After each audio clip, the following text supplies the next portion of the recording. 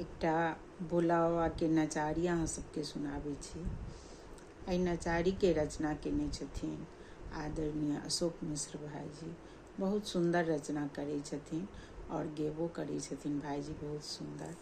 तथापि हम गाबै के कोशिश करै छी। जेहन लागत अहाँ सब अपन अपन प्यार स्नेह जरूर दे, लाइक कमेंट शेयर कर। जय भोले बाबा। हर हर बामा बामा जापालानी गौरी। हर हर बामा बामा जापालानी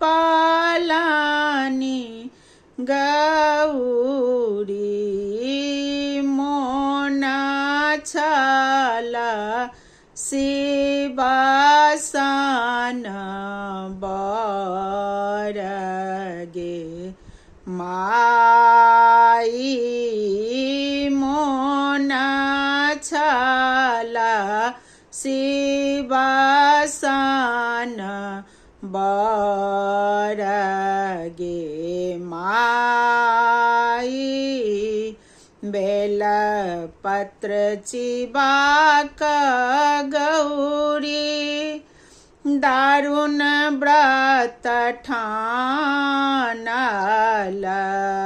बेल पत्र चिबाक गौरी। दारुण व्रत ठानल। सहलथी भूख पिया सगे माई। सहलथी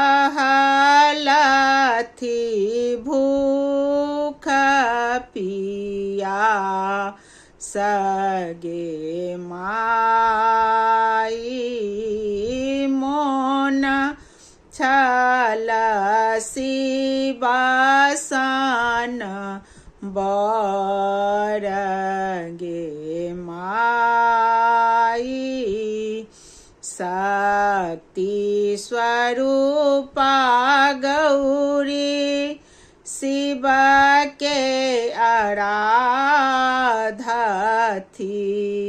शक्ति स्वरूपा गौरी।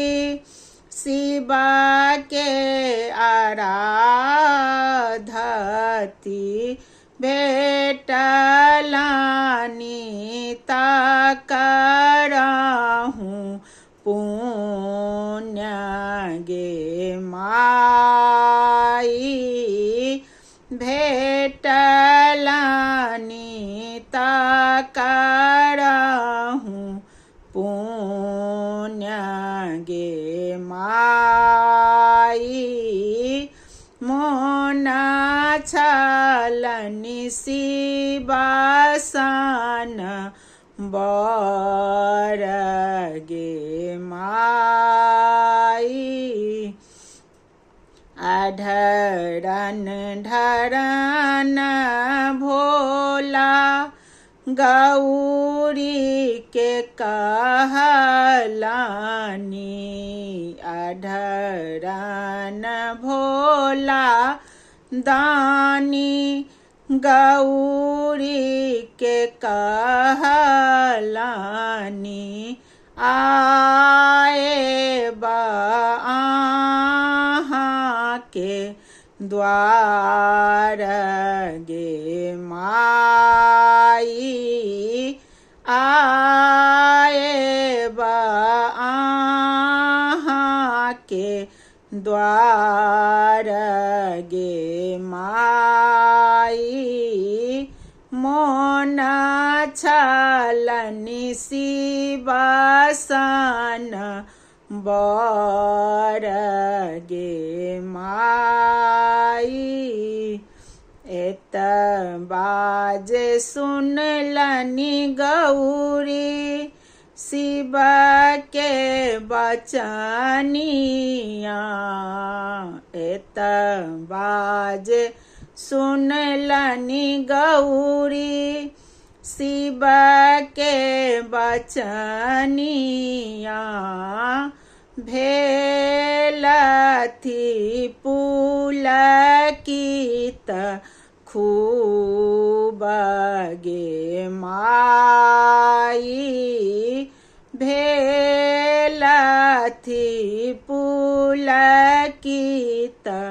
खूब गे माई मोन छलनि शिव सन बर गे माई मने मन सब किछु बुझथि नहीं माँ बात मोने मन सब किछु बुझथि माँ बात मना संग केलथि विचार गे माई मोन छल शिव सन बर गे माई बनला महादेव आई अजगुत दूल्हा बनला महादेव आई अजगुत दूल्हा रुद्र लैला मैना के द्वार गे माई मोन छल शिव